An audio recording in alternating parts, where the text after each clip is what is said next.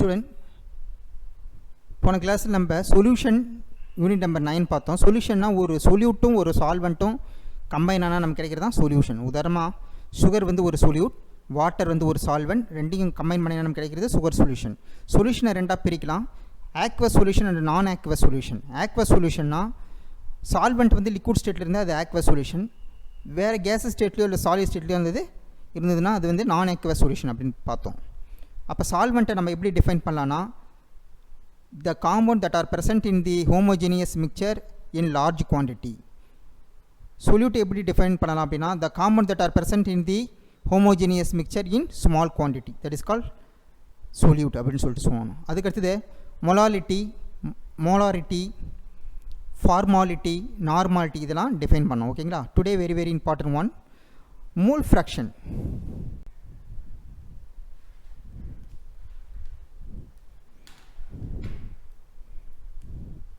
Mole fraction எப்படி define பண்ணலாம்னா, number of moles of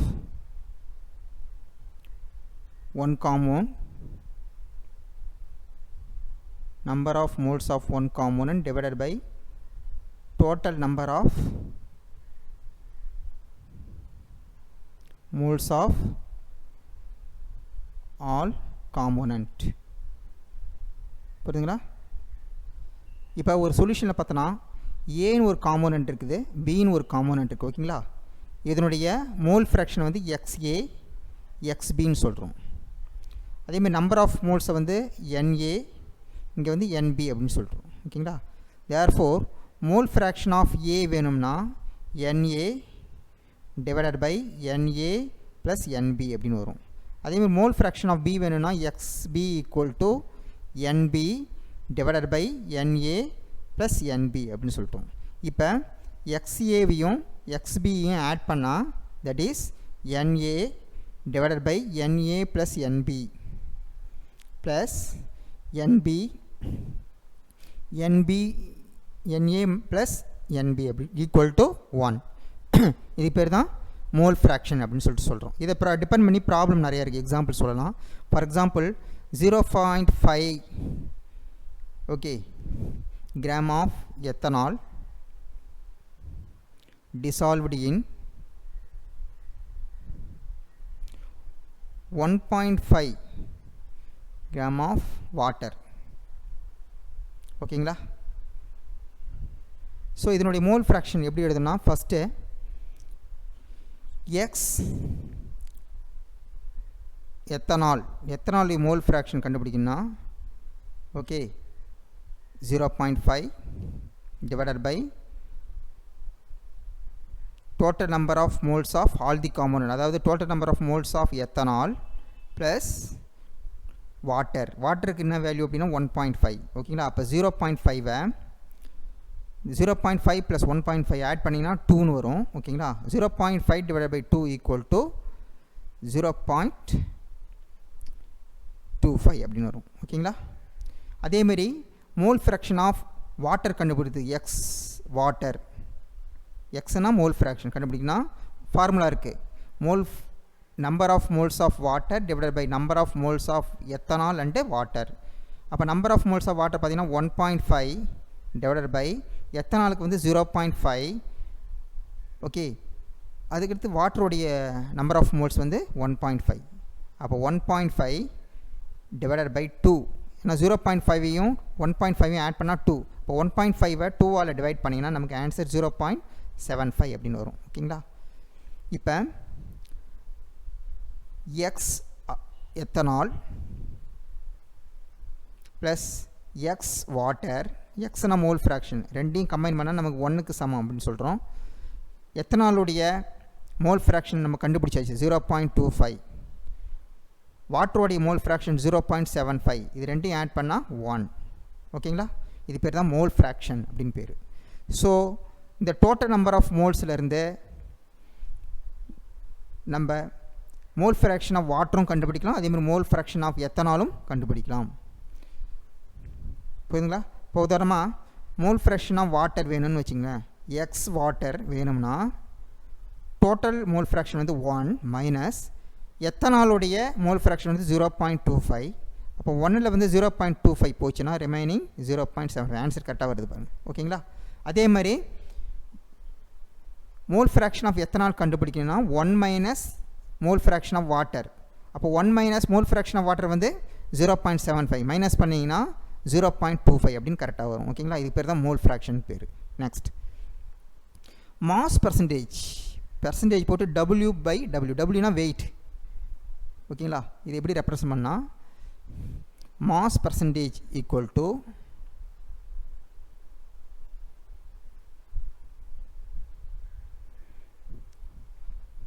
mass of the solute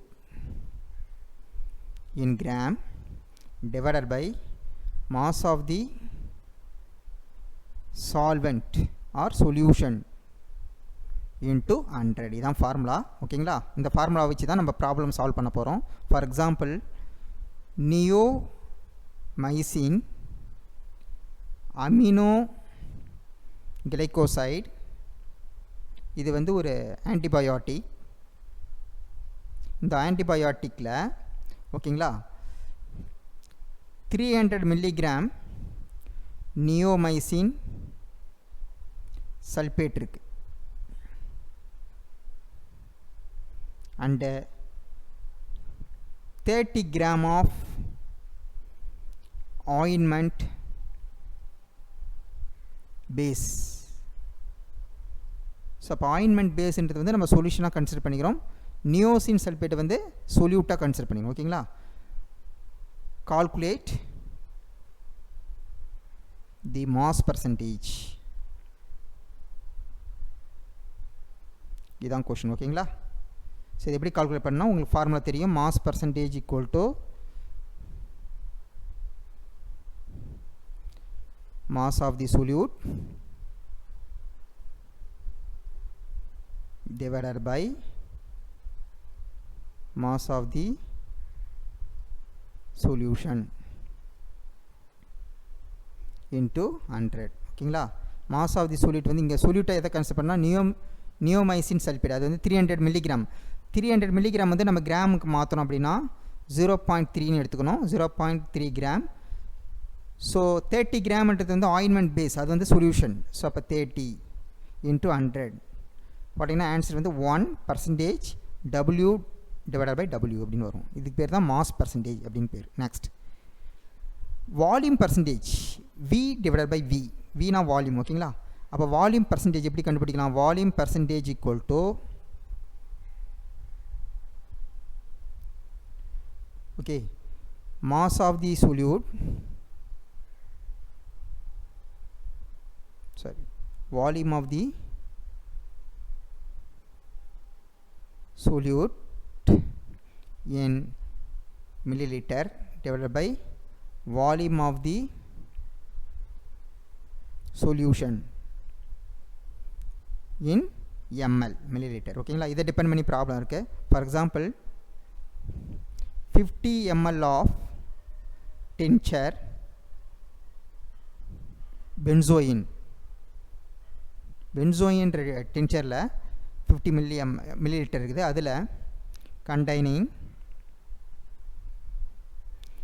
10 ml of benzoin. So இதனுடைய percentage volume percentage கேட்குறாங்க. Volume percentage.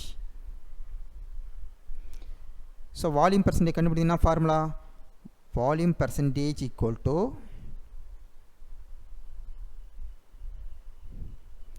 volume of the solute divided by volume of the solution. ஓகேங்களா? into 100. இங்கேயும் 100 போட்டுங்க. பெர்சன்டேஜ்னு வந்துட்டாலே 100. ஓகேங்களா? So அப்போ இதில் வந்து எது வந்து சொல்யூட்னு பார்த்தா பென்சோயின். அது எத்தனை எம்எல்னா 10 ml. 10 ml டிவைடட் பை அந்த டின்ச்சர் பென்சோயினில் பார்த்தீங்கன்னா 50 ml into 100. ஸோ இதை கேன்சல் பண்ணால் 100ல் எத்தனை 50 இருக்குன்னா 2 10 மல்டிப்ளை பண்ணால் 20% வால்யூம் பை வால்யூம். ஓகேங்களா? இதான் answer. Next mass by volume percentage. இதுக்கு formula mass by volume percentage equal to mass of the solute divided by volume of the solution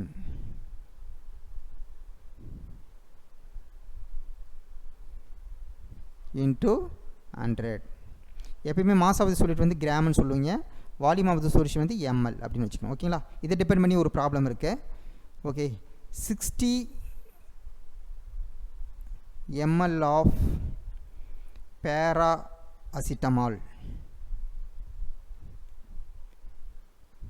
so paracetamol வந்து to reduce fever. ஓகேங்களா, paracetamol பேடியாட்ரிக்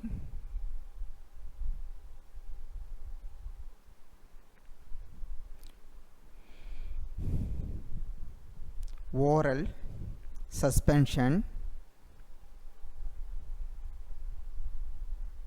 containing 3 gram of paracetamol.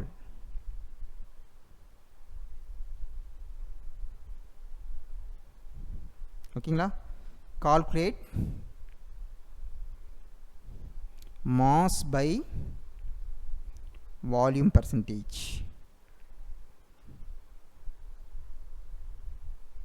So இது கண்டுபிடித்த formula already தெரியும் உங்களுக்கு. Mass by volume percentage equal to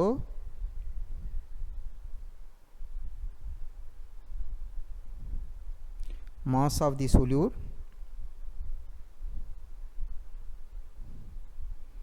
in gram divided by volume of the solution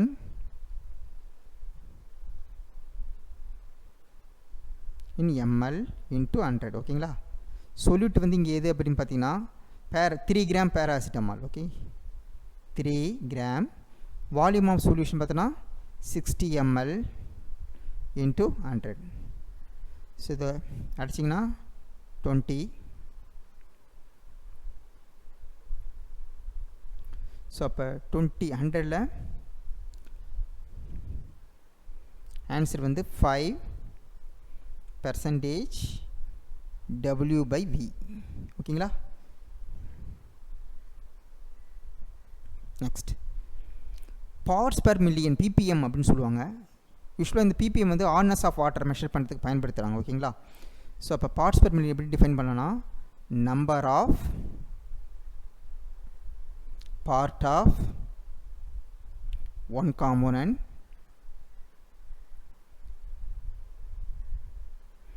divided by total number of part of all component. இதான் formula. வேறு மாதிரியும் சொல்லலாம், into 10⁶. இது வேறு மாதிரி எப்படி சொல்லலாம், or ppm equal to parts per million equal to mass of the solute divided by mass of the solution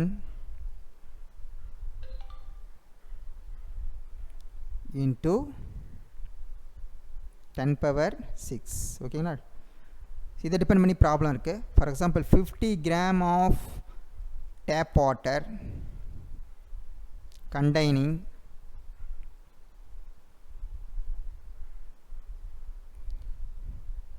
20 milligram of dissolved solid. TDS அப்படின்னா total dissolved solid. சாலிட்ஸ்லாம் இருக்குது அதில். What is its ppm? இதனோட ppm என்ன அப்படின்னு கேட்குறாங்க. So அப்போ ppm கண்டுபிடிச்சிங்கன்னா formula ppm equal to mass of the solute divided by mass of the solution into 10⁶. ஓகேங்களா, இது எது சொல்யூட் அப்படின்னு பார்த்தீங்கன்னா 20 மில்லிகிராம்.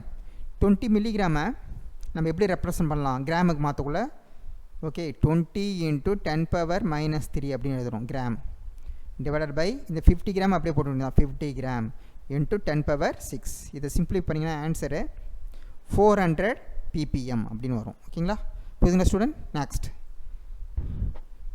ஒரு ப்ராப்ளம் ஒன்று கேட்டுக்காங்க பாருங்கள். If 5.6 gram of KOH is present in a, அதாவது 500 ml எவ்வளோ இருக்கும், 1 லிட்டர் சொல்யூஷனில் எவ்வளோ மோலாரிட்டி இருக்கும் அப்படின்னு கேட்குறாங்க. மோலாரிட்டி கண்டுபிடித்தீங்கன்னா ஃபார்முலா மோலாரிட்டி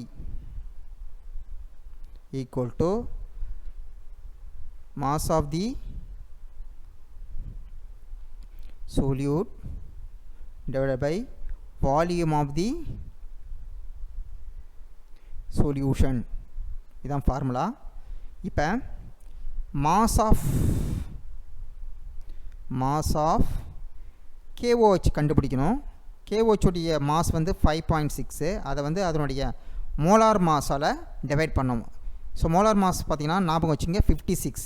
ஸோ அப்போ 5.6 56 டிவைட் பண்ணினா ஆன்சர் வந்து 0.1 ஓகே மோல்ஸ் அப்படின்னு வரும். அடுத்தது மோலாரிட்டின்ற ஃபார்முலாவில் நம்ம சப்ஸ்டியூட் பண்ணுறோம். ஓகேங்களா, மோலாரிட்டி ஈக்குவல் டு இங்கே மாஸ் ஆஃப் தி சொல்யூட் வந்து 0.1 டிவைடட் பை 500 mlக்கு எவ்வளோன்னு கேட்குறாங்க. இப்போ 500 ml வந்து நம்ம எப்படி போடலாம், 500 ml வந்து எதுக்கு சமம்னா மில்லி லிட்டரில் இருந்தால் அதை வந்து 0.5 லிட்டராக மாற்றுறோம். ஓகேங்களா, அப்போ 0.5 லிட்டர். 0.1ன்றது வந்து KOH உடைய மாஸ். ஓகேங்களா, அப்போ 0.1 0.5 டிவைட் பண்ணிங்கன்னா ஆன்சர் 0.2 மோலாரிட்டிக்குன்னா சிம்பிள் கேபிட்டல் M. அதே மாதிரி அடுத்தது பியில் என்ன கேட்குறாங்க, 1 லிட்டரில் கேட்குறாங்க. 1 லிட்டர்ன்றது வந்து 1 லிட்டர் தான். ஓகேங்களா, ஸோ அப்போ மோலாரிட்டி ஈக்குவல் டு என்ன formula, number of moles of solute divided by volume of the solution. இப்போ 0.1ன்றது KOH உடைய நம்பர் ஆஃப் மோல்ஸ்னு சொல்லலாம், இல்லை மாஸ் ஆஃப் தி சொல்யூட்னு சொல்லலாம். Divided by volume of the solution பார்த்தீங்கன்னா இங்கே 1 லிட்டர்னு கொடுத்துருக்காங்க. அப்போ 1ஆல் டிவைட் பண்ணணும். அப்போ 0.1 1ஆல் டிவைட் பண்ணால் 0.1 M. கேபிட்டல் Mன்றது வந்து மோலாரிட்டியை குடிக்கக்கூடிய சிம்பிள்ஸ். நெக்ஸ்ட் அடுத்த question, 0.82 gram of glucose dissolved in 30 gram of water. Calculate mole fraction of the glucose and water. வாட்டருடைய மோல் ஃப்ராக்ஷன் கேட்குறாங்க, குளுக்கோஸோடைய மோல் ஃப்ராக்ஷன் கேட்குறாங்க. குளுக்கோஸ் ஃபார்முலா முதல்ல எழுதணும், C6H12O6 ஞாபகம் வச்சுங்க. இது வந்து குளுக்கோஸுக்கான ஃபார்முலா. இப்போ மாஸ் ஆஃப் குளுக்கோஸ் கண்டுபிடிக்கணும். குளுக்கோஸோடைய நம்பர் ஆஃப் மோல்ஸ் 2.82 அதனுடைய மாலிகுலர் வெயிட்டால் டிவைட் பண்ணணும். மாலிகுலர் வெயிட் எப்படி கண்டுபிடிக்கணும் ஏற்கனவே நடத்தியிருக்கேன். ஒரு கார்பனுக்கு வந்து 12, அப்போ எத்தனை கார்பனா 6 இருக்குது. அப்போ 12 × 6 போட்டிங்கன்னா 72. அதேமாதிரி ஒரு ஹைட்ரஜனுக்கு பார்த்தீங்கன்னா அட்டாமிக் மாஸ் வந்து 1 × 12 இருக்குது. ஸோ 12. ஆக்சிஜனுக்கு பார்த்தோன்னா ஒரு ஆக்சிஜனுக்கு வந்து 16 இல்லைங்களா, 16. எத்தனை ஆக்சிஜன் இருக்குது, O6 தானே. அப்போ 6ஆல் மல்டிப்ளை பண்ணால் 96. இதெல்லாம் ஆட் பண்ணிங்கன்னா 180. இதான் வந்து மாலிகுலர் வெயிட். அப்போ 180ஆல் டிவைட் பண்ணிங்கன்னா ஆன்சர் வந்து 0.016 அப்படின்னு வரும். ஓகே, இது அப்போ மாஸ் ஆஃப் குளுக்கோஸ் கண்டுபிடிச்சோம். அதேமாதிரி மாஸ் ஆஃப் வாட்டர் கண்டுபிடிக்கணும். ஸோ 30 கிராம் சுட்டாங்க. 30 கிராமை 18ஆல் டிவைட் பண்ணணும். ஏன் 18ஆல் டிவைட் பண்ணோன்னா வாட்டருக்கு ஃபார்முலா H2O. ஒரு ஹைட்ரஜனுக்கு அட்டாமிக் மாஸ் 1, அப்போ 2 ஹைட்ரஜனுக்கு 2 ப்ளஸ் ஒரு ஆக்சிஜனுக்கு அட்டாமிக் மாஸ் 16. 2 + 16 = 18. அப்போ 18ஆல் டிவைட் பண்ணுறோம். 30ஐ 18ஆல் டிவைட் பண்ண ஆன்சர் 1.67 வரும். ஓகேங்களா, இப்போ மாஸ் ஆஃப் வாட்டரும் கண்டுபிடிச்சாச்சு, மாஸ் ஆஃப் குளுக்கோஸும் கண்டுபிடிச்சி. அடுத்தது மோல் ஃப்ராக்ஷன் ஆஃப் வாட்டர்.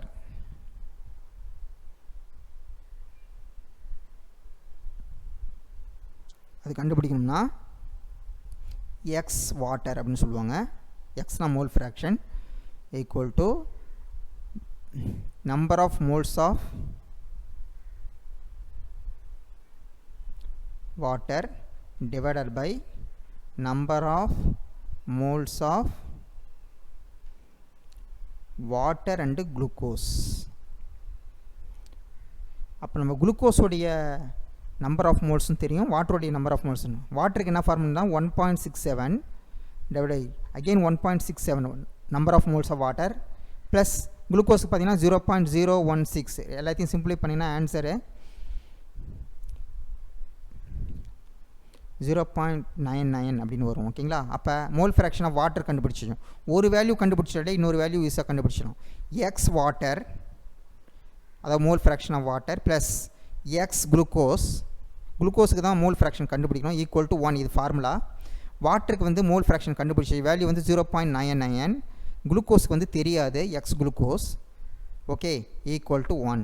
இப்போ குளுக்கோஸோடைய மோல் ஃப்ராக்ஷன் வேணால் X glucose equal to 1 minus 0.99 equal to 0.01. இதான் வந்து மோல் ஃப்ராக்ஷன் ஆஃப் குளுக்கோஸ். ஓகேங்களா? அப்போ வாட்டருடைய மோல் ஃப்ராக்ஷன் கண்டுபிடிச்சாச்சு, குளுக்கோஸோடைய மோல் ஃப்ராக்ஷனும் கண்டுபிடிச்சாச்சு. Next, the antiseptic solution of iodopovidone, the use of external application, contains 10% W by V, அதாவது mass by volume அப்படின்னு சொல்லிட்டாங்க.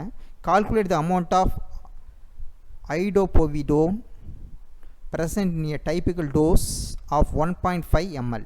இது எப்படி எழுதுனா, இதுக்கு answer 10% W by V. that means அதுக்கு என்ன அர்த்தம்னா 10 ml of solute in 100 ml. So the amount of iodopovidone in 1.5 ml கண்டுபிடிக்கணும்னா 10 100 ml ஓகே இன்ட்டு 1.5. இதை சிம்பிளி பண்ணிங்கன்னா ஆன்சர் 0.15 கிராம் அப்படின்னு வந்துடும். ஓகேங்களா? இதான் answer. Next, a liter of sea water, அதனுடைய வெயிட் பார்த்தீங்கன்னா 1.05 kilogram, contains 5 milligram of dissolved oxygen. Express the concentration of dissolved oxygen in ppm. ppmல கேட்குறாங்க. ppm கண்டுபிடினா நமக்கு தெரியும் ஒரு formula, ppm equal to mass of the solute divided by mass of the solution into 10 power 6. So இங்கே சொல்யூட்ன்றது வந்து dissolved oxygen, C வாட்டர்ன்றது வந்து solution. ஓகேங்களா? 5 milligram அப்படின்னு கொடுத்துருக்காங்க. மில்லிகிராம் கிராமில் மாற்றணும்னா என்ன பண்ணணும்? ஸோ 5 into 10 power -3 கிராம் அப்படின்னு மாற்றிக்கணும். வாட்டருடைய வெயிட் வந்து 1.05, சி வாட்டருடைய வெயிட் 1.05 கிலோகிராமில் இருந்தால் அது கிராமில் மாற்றினா 10 power 3ன்னு போடணும், இன்ட்டு 10 power 6. இதை சிம்பிளி பண்ணிங்கன்னா ஆன்சர் 4.76 ppm அப்படின்னு வந்துடும். புரியுதுங்களா ஸ்டூடெண்ட்?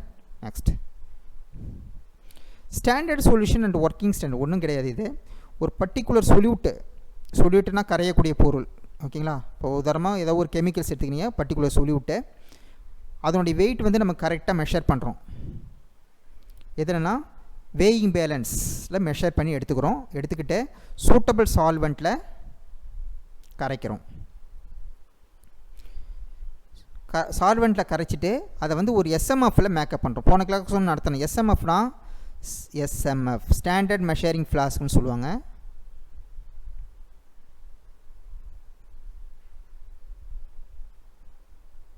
ஓகேங்களா? ஸோ இது நிறைய டைப் இருக்குது. For example 500 ml 500 ml. So இதில் இந்த சொல்யூஷனை ஆட் பண்ணிவிட்டு இந்த மார்க் வரைக்கும் வாட்டர் ஆட் பண்ணி ஸோ கார்க் போட்டு மூடி ஷேக் பண்ணணும். இதான் வந்து எஸ்எம்எஃப்னு சொல்லுவோம். ஷேக் பண்ணால் நமக்கு வந்து ஹோமோஜீனியஸ் மிக்சர் கிடைக்கும். அந்த மாதிரி இருந்தால் அதுக்கு பேர் தான் standard solution or stock solution அப்படின்னு பேர். ஸோ இந்த ஸ்டாக் சொல்யூஷன் எடுத்துகிட்டு மறுபடியும் டைல்யூட் பண்ணால் அதுக்கு பேர் ஒர்க்கிங் ஸ்டாண்டர்ட் அப்படின்னு பேர். ஓகேங்களா? ஸோ அது ஒரு ஃபார்முலா இருக்குது.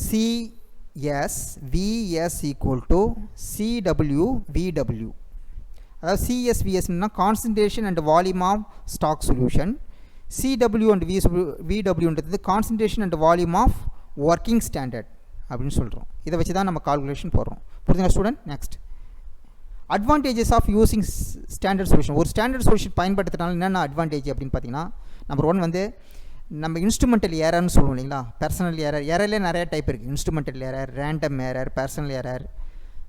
ஸோ ஒரு நம்ம ரீடிங் வந்து ஒரு சாலிடை வந்து நம்ம வெயிட் எடுக்கக்குள்ள தப்பாக வெயிட்டிங் எடுக்கிறோம். அப்போ ஏரரை வந்து மினிமைஸ் பண்ணுறோம். Error minimised.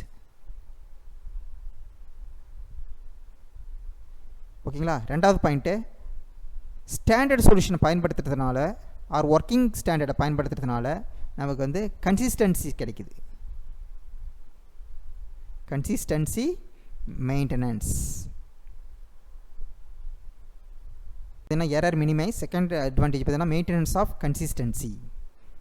This is the advantages of using standard solution. அப்போ ஒரு particular solute weight எடுத்து suitable solvent mix பண்ணி standard measuring plus அதில் நிறைய டைப் இருக்குது. 100 ml இருக்குது, 500 ml இருக்குது, 1 லிட்டர் இருக்குது.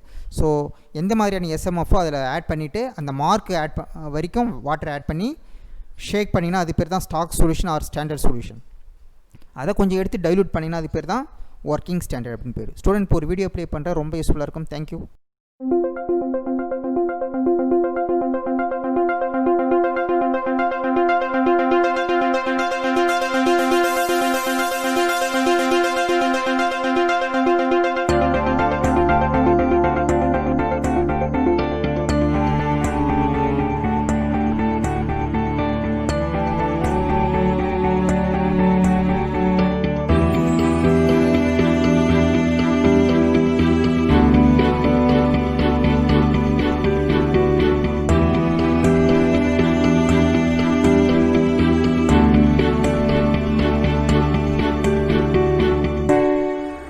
Today we'll start to talk about how to prepare a solution.